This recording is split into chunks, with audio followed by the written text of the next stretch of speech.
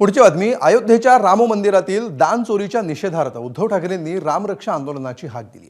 येत्या 18 तारखेला ठाकरे नागपूरमध्ये आंदोलन करणार आहेत आणि याच पार्श्वभूमीवर भाजप नेत्या नवनीत राणा यांनी उद्धव ठाकरेंवर टीका केली आहे. उद्धव ठाकरेंना सत्ता गेल्यानंतर रामाची आणि हनुमान चालीसाची आठवण आली.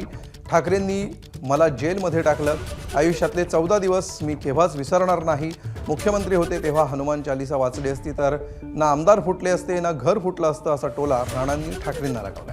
यावर आमदार आदित्य ठाकरेंनी खोचक प्रतिक्रिया दिली.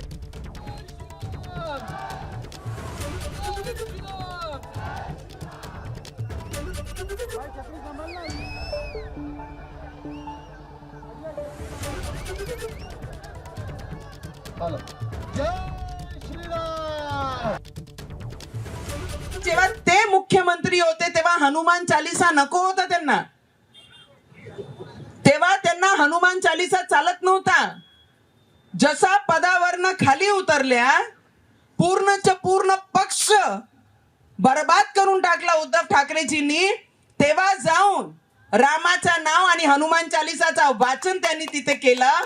तर त्यांनाही माझा प्रश्न आहे, दादा हनुमान चालीसा तेव्हा वाचली असती तर ना आमदार सोडून गेले असते, ना घर फुटलं असतं, ना पक्ष बर्बाद झाला असतं.